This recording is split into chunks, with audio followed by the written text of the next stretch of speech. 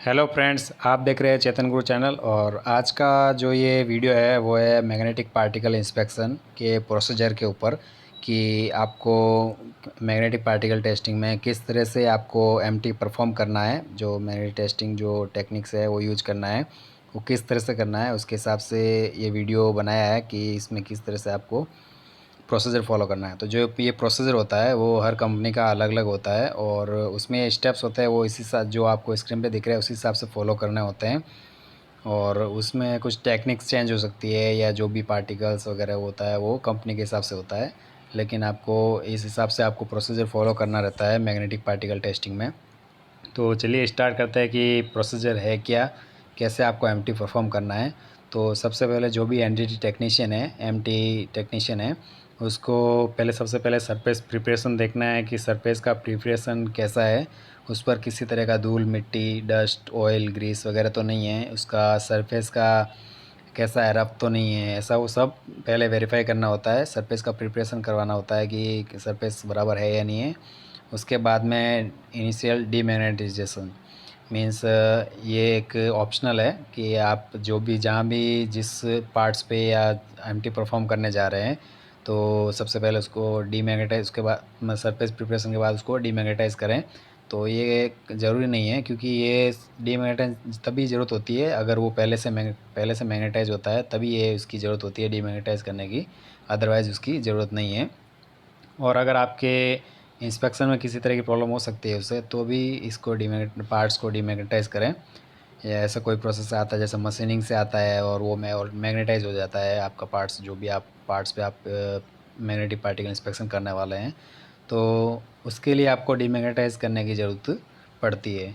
उसके अलावा आपको इसकी ज़रूरत नहीं पड़ेगी। उसके बाद में आता है मैग्नेटाइजेशन। अभी मैग्नेटाइजेशन में मैंने जैसे आपको पहले बताया था, मेरा आप वीडियो देखोगे पार्ट 2 पार्ट 1, उसमें मैंने बताया कि मैग्नेटाइजेशन कितने तरह से होता है। उसमें मेन जो होता है वो डायरेक्ट और इनडायरेक्ट दो तरह से होता है। तो उसमें अलग अलग बहुत सारे टेक्निक्स है कि उसमें कौन सा मेथड यूज मैग्नेटाइजेशन के लिए क्या यूज टेक्निक्स यूज करनी है, कौन सा, जैसे योक मेथड, कॉइल मेथड, प्रॉड मेथड, हेड शॉट, जो भी है वो इसमें आपको कंपनी के प्रोसीजर के हिसाब से आपको सेलेक्ट करना होता है कि आपको कंपनी का प्रोसीजर में क्या लिखा है, आपको कौन सा टेक्निक यूज करना है। तो ये मैग्नेटाइजेशन में आता है जो थर्ड स्टेज है। तो पहला हो गया सरफेस प्रिपरेशन, दूसरा डीमैग्नेटाइजेशन। ये डीमैग्नेटाइजेशन कंपलसरी नहीं है, ऑप्शनल है। उसके बाद में आता है मैग्नेटाइजेशन जिसमें डायरेक्ट इनडायरेक्ट, और इसमें आपको सेलेक्ट करना होता है कि कौन सा टेक्निक्स आप यूज करने वाले हो। उसके बाद में आता है एप्लीकेशन ऑफ मैग्नेटिक पार्टिकल्स। उसमें बाद आप मैग्नेटाइज करने, उसमें क्या होता है मैग्नेटाइज, जैसे आपने सपोज कीजिए आपने योक मेथड लिया है, तो योक मैग्नेटाइजेशन में योक मेथड लेने के बाद में आपको जो भी पार्ट रहेगा उसको मैग्नेटाइज करना है, उसमें मैग्नेटिक फील्ड जनरेट करना है। उसके बाद में पार्टिकल अप्लाई करना है, means application of magnetic particles. उसके ऊपर पार्टिकल अप्लाई करना है। जैसे पार्टिकल के मेरे बारे में मैंने बताया था कि पार्टिकल्स दो तरह के होते हैं, ड्राई और वेट। ड्राई में ड्राई पाउडर होता है और वेट में दो तरह के होते हैं, एक विजिबल और एक फ्लोरोसेंट। तो विजिबल रेड और ब्लैक कलर वगैरह में होता है, और जो फ्लोरोसेंट होता है वो अल्ट्रावायलेट लाइट में ग्रीन कलर वगैरह में दिखाई देता है। तो जो भी कंपनी का आपको प्रोसीजर रहता है उसके हिसाब से आपको ये फॉलो करना होता है कि कौन सा मेथड यूज करना है, आप आर्टिकल्स कौन सा यूज करना है, मैग्नेटाइजेशन की कौन सा मेथड यूज करना है, कि योक मेथड यूज करना है या प्रॉड मेथड यूज करना है, जो भी होता है ये सब कंपनी के प्रोसीजर के हिसाब से होता है।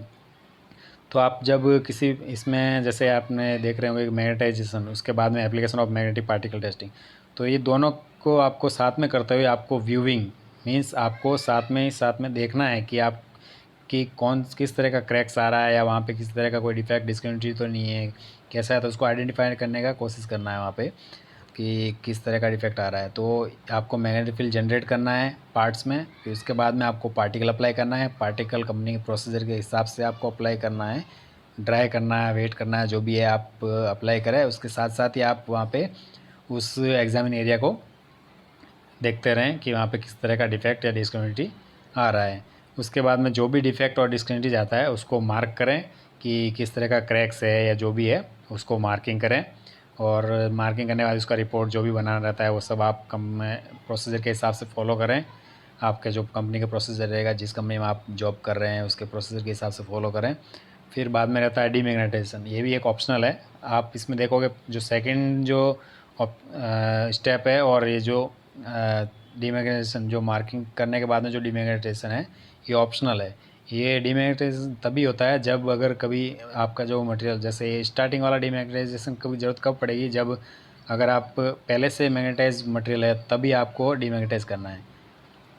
और जो ये मार्किंग के बाद में जो डीमैग्नेटाइजेशन दिया है वो कब करना है, अगर आप जिस पे परफॉर्म कर रहे हैं पार्ट्स पे वो आगे कई सर्विस में प्रॉब्लम हो सकती है आपके, जो जहाँ आपने मैग्नेटिक पार्टिकल टेस्टिंग किया है उसका, जैसे कि उस पर वेल्डिंग होता है तो उस पर वेल्डिंग का जो रॉड होता है वो स्ट्राइक होने का चांसेस रहता है।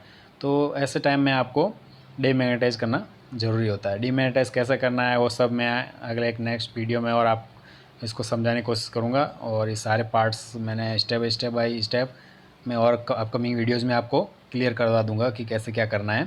तो और भी आप अपकमिंग वीडियोस मेरे इस चैनल पर देख सकते हैं। इस चैनल को सब्सक्राइब करके आप मेरे बहुत सारे अपकमिंग वीडियोस जो एनडीटी है, वेल्डिंग इंजीनियरिंग रिलेटेड सारे वीडियोस देख सकते हैं। तो डीमैग्नेटाइज के बाद में आता है removal of ink from component. Means आपने सब प्रोसेस ये स्टेप बाय स्टेप कर दिया।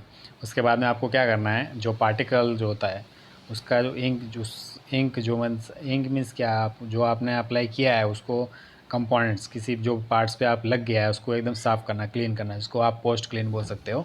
तो वो सब आपको क्लीन करना है, ठीक है ना। ये पूरा स्टेप प्रोसीजर है मैग्नेटिक पार्टिकल इंस्पेक्शन करने का। तो ये सारा स्टेप फॉलो करते हुए आपको मैग्नेटिक पार्टिकल टेस्टिंग करना है कंपनी के प्रोसीजर के हिसाब से।